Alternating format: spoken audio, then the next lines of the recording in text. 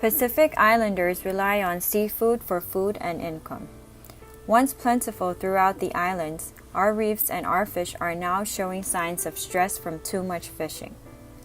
Unsustainable fishing methods like nighttime spearfishing and gill nets are causing major declines in the amount and types of fish on the reefs. These reefs are home to hundreds of kinds of fish that we rely on. But once healthy reefs are now suffering from poor land use practices and climate change. Algae, bleaching, and coral disease are now common on reefs around the area because there are not enough fish to keep these problems under control. Fewer fish and dying corals means less seafood, which will impact our fishing families, our businesses, and our consumers. It's time to rethink how we fish, improve how we care for our environment, and how best to use the seafood available to us. One of the ways to make sure we have enough seafood for the future is to reduce seafood waste and spoilage. We can do this by improving the way seafood is handled, processed, and sold. Safe handling and sanitation is one important solution to wastage and ensures that we, our families, and our children have a safe and lasting supply of seafood for future generations. The following video covers several areas where fishers, market staff, and consumers can improve safe handling and sanitation to ensure the quality and lifetime of seafood products, and also reduce the potential for contamination, spoilage, and illness from improper seafood handling. The usual chain of seafood handling starts with the catch, transport to markets and homes, display and processing for sale, and home preparation and consumption. The video will guide you through the chain and help fishers, markets, and consumers ensure the freshest tasting, best quality fish is available.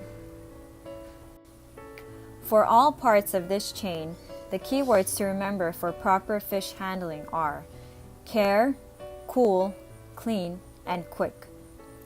These practices will reduce the chance for seafood contamination from dirt and bacteria and help seafood last longer, taste better, and fetch the best price. The starting point for safe handling and sanitation is on the boat at the time fish are caught. To get the best price for fish, it should be the best quality. Care on the boat means fishers must properly handle and store fish during catch and transport. Bruised fish, fish shot through the gut, or fish kept at unsafe temperatures will spoil more quickly, especially if left at unsafe temperatures. Health guidelines require that fish and other seafood be kept at 40 degrees Fahrenheit, which is the same temperature as your refrigerator. Fish kept above 40 degrees Fahrenheit promotes the growth of bacteria and is already starting to spoil. Certain bacteria, if left to grow, can be fatal, and unsafe practices put everyone at risk. So as soon as a fish is caught, it should be placed in a clean cooler and fully covered in ice. Unclean coolers can promote the growth of bacteria, which can cause diarrhea and other types of illnesses.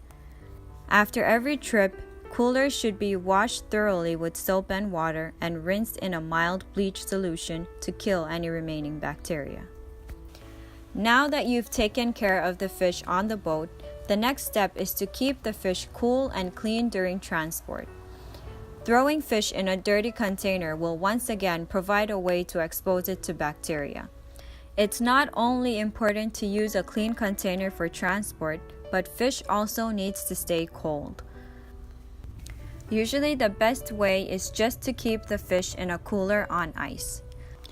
But if you can't keep it on ice and the market is close by, move the fish as quickly as possible so the temperature stays cold. Once at the market, the seafood becomes the responsibility of the market owner. Responsible market owners have clean, cool facilities that are enclosed so that seafood isn't exposed to the sun or flies.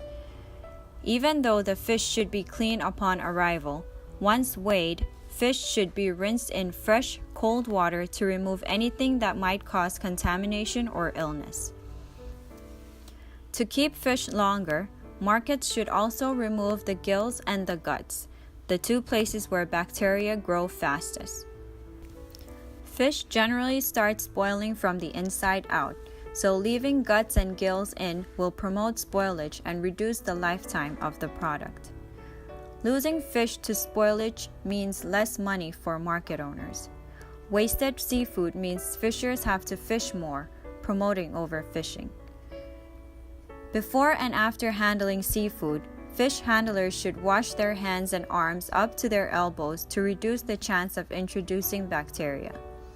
Fish handlers should also wash up after using the restroom, sneezing, or touching any part of their face. Whenever possible, handlers should wear gloves to limit the contact with the seafood by their hands. After the gills and guts are removed, fish should be placed belly down in a bed of ice and covered at least halfway to keep the fish cold. Flake ice is the best to use because it keeps close contact with the fish and can easily be packed inside the belly space. Fish at the market can be displayed in a number of ways, but it's important that it stays cool, with limited exposure to the air, and does not come in contact with flies or other disease-carrying organisms. It's also important that market owners use new ice every day, wash the coolers and display areas with soap and water, and wipe all surfaces fish have touched with a mild bleach solution. This will kill any bacteria or contaminants that can make customers sick. After fish and other seafood is caught or when it is displayed, it should never be exposed to the sun. Sun exposure and other rises in temperature immediately promotes unhealthy, harmful bacteria like Vibrio and Salmonella. Exposure to flies and other pests can transfer bacteria like E. coli from trash and animal waste where they often hang out. Animals in the marketplace can also introduce harmful bacteria such as E. coli, which is common in animal waste. The worst thing to happen for market owners is when consumers get sick. Fishers, market owners, and customers should remember that seafood poisoning can cause diarrhea, vomiting, stomach cramps, and can, in the worst case, be fatal. Seafood sickness is especially dangerous for elderly people and children.